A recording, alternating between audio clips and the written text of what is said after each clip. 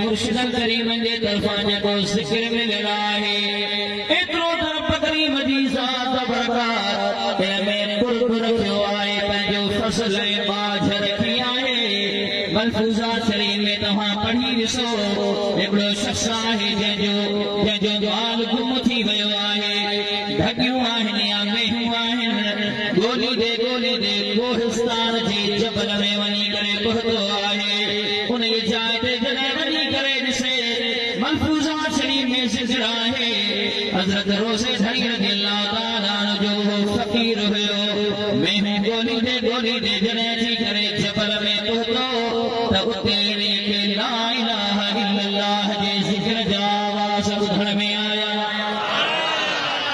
सुभान अल्लाह। चई त शायदि हिते को मुंहिंजो पीर भाई मौजूद आहे। सुभान अल्लाह। चओ केरा जीअं असांजे मुर्शिद असांखे ज़िक्र दसियो आहे शायदि हिते बि को रोज़े वारे जो फ़क़ीर रहे थो।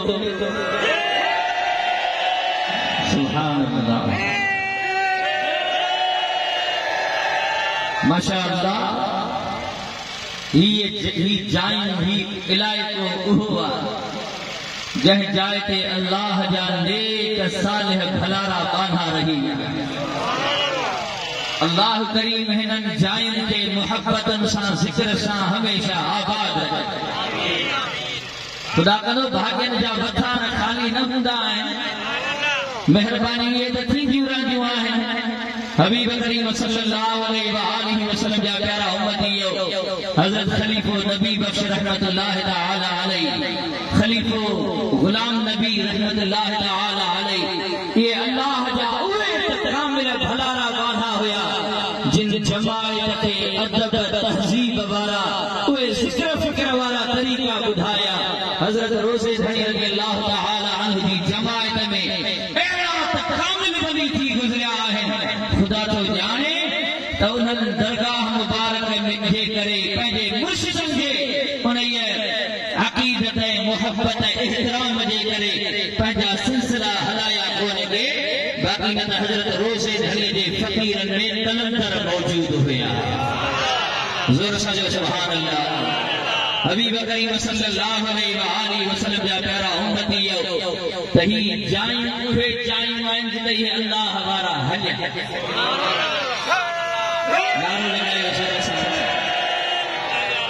हबीब करीम सल्लल्लाहु अलैहि वसल्लम जा प्यारा उम्मतियो माशाअल्लाह मोहब्बत फ़क़ीरनि खे वेहण ॾे कान थी। हबीब करीम सल्लल्लाहु अलैहि वसल्लम जा प्यारा उम्मतियो त अर्ज़ थे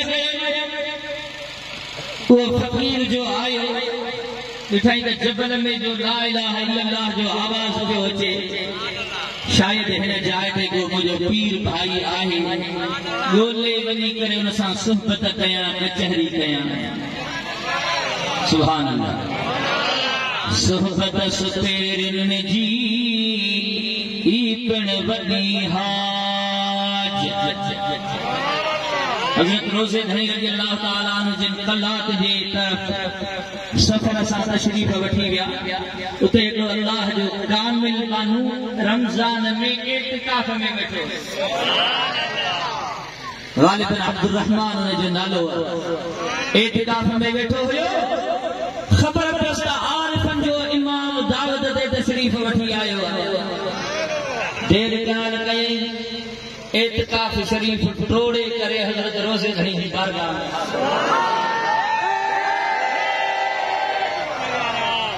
सुठो इल्म वारो हुयो। माण्हुनि पुछियोसि त क़िबला ही छा कयो एतिकाफ़ में तव्हां वेठा हुयो ईअं हलाया हज़रत रोज़े धणी जी दावत ते।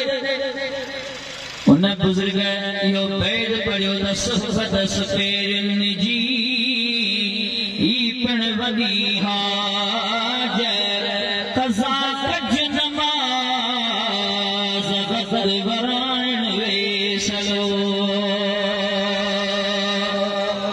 इतिकाफ़ जी कज़ा आहे नमाज़ कज़ा थी वञे त उन जी कज़ा आहे पर सुहबत जी कज़ा आहे कान का जंहिं बि भलारे वारे जे सुहबत में पर वक़्त जे कामिल ग़ौस हज़रत रोज़े धनी रज़ी अल्लाह ताला जे सुहबत जी घड़ी बि मिली वञे ज़हे नसीब वरी ज़िंदगीअ में इहा नसीब थियल आहे न तंहिंजे करे इतिकाफ़ कज़ा बि करे वठिबो हज़रत रोज़े धनी जे घड़ीअ जी सुहबत तमामु वॾी सादत आहे